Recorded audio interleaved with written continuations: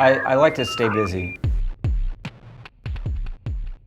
Because when did you start playing with the idea of making a new solo record for the first time? Was it way back or? Yeah, well, yeah, I like to stay busy, and to keep writing and try to get better at writing. And when, you know, like I was saying earlier, when I thought that, you know, maybe I'd be looking at a year off this past year, I thought, oh, I'll have a record and I can go play some shows, and that sounded exciting to me. And of course my world changed pretty quickly when we started working on the Dead Weather record, and realized that we wanted to go play some shows for that too. And you know, here we are a year later, and about 3 weeks away from starting work on our second record, so yeah. It really took over. Is it always that fun to keep that busy? Because I can imagine that sometimes you want to take things a little bit slower. I like creating. You know, the idea of making something that wasn't around yesterday is, you know, it's inspiring to all of us. To everybody that I work with. One of the best things about the bands that I've been able to play in over the last few years is there's this really incredible work ethic from everybody involved. So yeah, you know, a break, a couple weeks is nice, but you know, I start to miss it pretty quickly. Yeah, you've been around with a lot of people, a lot of musicians. Did you learn specific things from maybe certain people? Yeah, I don't know consciously what they are. You know, but I think like I was just saying, one of the big things, the common characteristic that seems to run through both is just that desire to really want to create something new, and to not get lazy, and you know, seeing other people push themselves that hard is very inspiring. So I think that's like the biggest thing that I take away from those bands. Have you ever been lazy?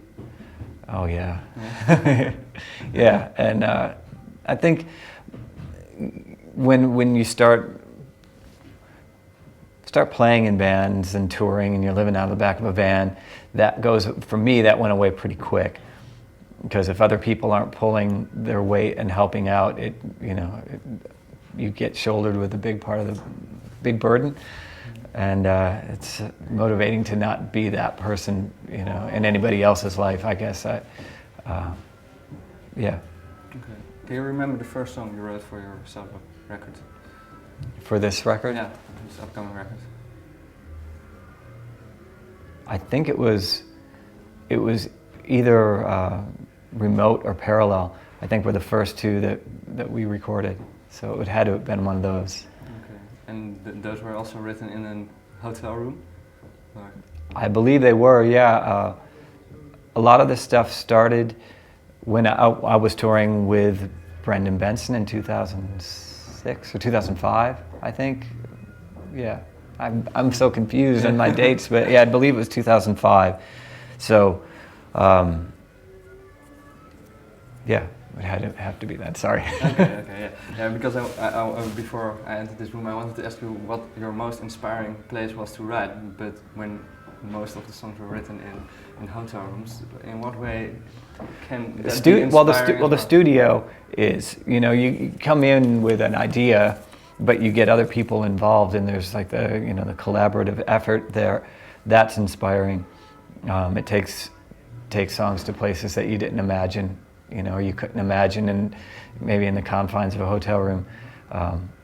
But yeah, you get other people and their personalities involved, and that chemistry happening. It's great.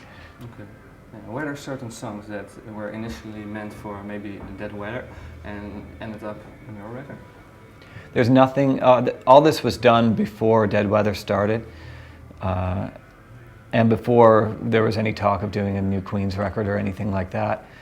So yeah, they were strictly for me. All these songs. Yeah. You knew that right from the beginning? Yeah, I knew that, well, I didn't know if I was going to release a record, but I wasn't doing it for any other reason. Okay.